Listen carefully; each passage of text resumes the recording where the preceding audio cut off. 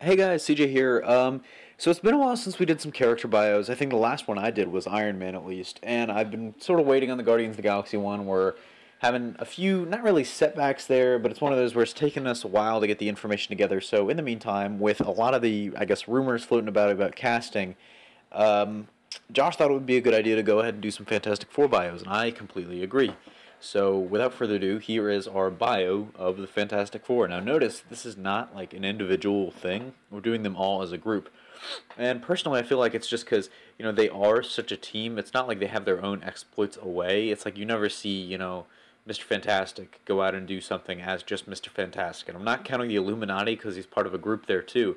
But you never see, like, oh, the Invisible Woman. Oh, she joins the superhero team on her own. No, she's always considered part of the Fantastic Four, and all their adventures are typically, with each other. So, that's pretty much why we're doing it this way. And so, without further ado, let's get going. So, Reed Richards' origin. Reed Richards is a genius engineer and scientist, and his intellect is only surpassed by his ambition. Early in the days, I guess right out of college, I think at Columbia, he developed a spacecraft potentially capable of traveling across many solar systems. Such a piece of technology was probably prohibitively expensive, and there wasn't a lot of, risk protection for investors. It was very risky. If it blew up, they would probably lose all their money. And it was a large obstacle for Reed. He couldn't get funding. And so with that, we go to Benjamin Grimm, who was, a streetwise kid from Yancey Street, Manhattan, and he had a rough childhood, and he became the leader of the Yancey Street gang. And he eventually got out. Not a hard thing to do if you know anything about gangs or you watched any sort of Scruff McGruff video in elementary school. He eventually left to attend school, and he became a football star and earned a scholarship to Empire State University. And his roommate was Reed Richards. Interesting enough, I think, fun fact, he played tight end, if I remember correctly. Which, if you know, it's a perfect position for the thing to play because it's a very physical position. You got to block, you can go out for passes, but usually tight ends are big guys, so this isn't a small guy.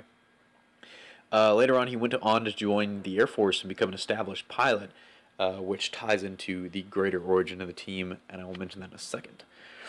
Sue Storm lived in Long Island until her mother died and her father went to jail when she was at the age of 12. She then moved in with her aunt, where she met Reed Richards, developing a crush on him. After high school, they started dating each other. She followed him to Columbia, and eventually they kind of, you know, she, I guess, tried to break into show business. Pretty much, honestly, the only sciencey guy here is Reed, really. I mean, we'll talk about Johnny in a second. He is, I guess, probably second highest, but these guys definitely are, made better by their powers. And so now on to Johnny. Jonathan Storm is the younger brother of Sue Storm. He grew up fascinated with automobiles, developing many skills in automobile mechanics. He then became a rebellious teen, breaking rules often, and he has a thing with the ladies, as portrayed by Chris Evans in the original movie. Through his sister, he met Reed Richards, and that brings us to the origin of the team. And without government funding, Reed decided to test his prototype, which was not really truly ready. He got Ben, who was an Air Force pilot, to pilot the ship, and his girlfriend Sue to come along. And Johnny insisted on going. It says here that he got Johnny to join, but Johnny insisted on going, and the launch went well until they detected a cosmic storm sending harmful radiation headed towards them. And it's funny because Reed actually forgot. I think it's mentioned that he forgot to shield the thing from radiation, or the radiation shielding failed. I think is more accurate. And so this is how they get bombarded with cosmic radiation. And so the ship suffers catastrophic failures in mechanical equipment. And Ben manages to bring the ship back, but ends up crashing in Ithaca, New York, which is in upstate New York, if you guys didn't know. And crashed, they are separated. So he was the first one up and finds Reed flattened, which is, he's, stretched out, he's flattened. And Reed gets up, shocking Sue, causing her to turn invisible. Johnny then appears on fire, while Ben emerges from the debris, most changed as the Thing.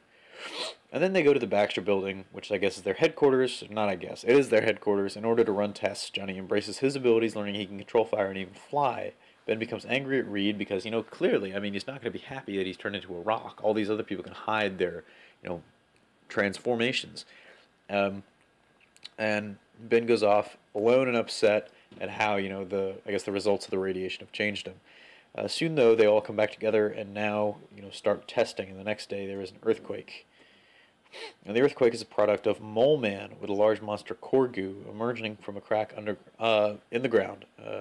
Korgu causes a lot of panic and destruction until Reed, Sue, Ben, and Johnny arrive. They were able to calm down Harvey Elder, aka Mole Man, to make a peace treaty with him and prevent further violence and bloodshed.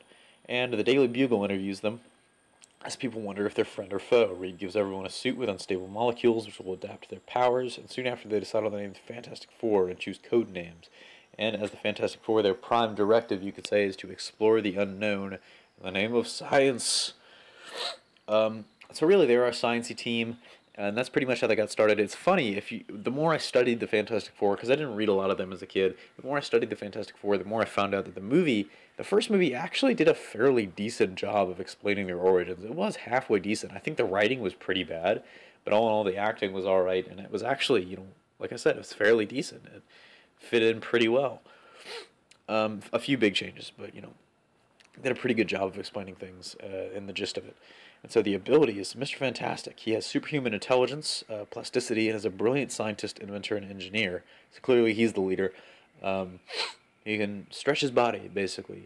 He's like a cooler version of Plastic Man, much smarter than Plastic Man. Sue Storm can create force fields, turn invisible, and is an experienced actress, which will surely help her when they're out exploring. Johnny Storm has pyrokinesis, flight, thermokinesis, enhanced durability, and is an expert mechanic. He also is probably the most charismatic person in the group. Definitely a hothead, which I think is hilarious. They turn the hothead into a guy who literally is on fire. And then Ben Grimm has superhuman strength, durability, longevity, is an expert pilot, a trained astronaut, and a master combatant. I would say master combatant, not in the way like Batman, but I think we did Thing versus Badrock earlier this season of CBVS, and you talk about like how he's more like boxing. He's got a brawling fighting style. It's particularly vicious. And so for recommended reading, Fantastic Four Season 1, Fantastic Four, The Wade Omnibus, Fantastic Four number 36 to 67, and then the Hickman and Byrne Omnibuses, Omnibusy, Octopussy. Anyways, yeah, go check those out if you want more on the story. And I guess that about wraps it up. So tell us what you think. How does the Fantastic Four stack up in your list of favorite superhero teams? Do you want to see another movie? Tell us your thoughts and your wishes for the next Fantastic Four movie. I know my wish is certainly no Jessica Alba, and maybe better writing and better Galactus. So a little unrealistic there on the wish list, but we'll see. I'll take what I can get. Anyways, so don't forget to like, comment, and subscribe. Subscribing helps you get all of our videos, and liking and commenting just shows us that you care. You can dislike if you want to. If you thought I did a bad job, it'll certainly send me a message, and I might change for next time. Can't promise anything, though. So, signing off, this is CJ, and stay tuned for more news, reviews, and updates here on the Hybrid Network.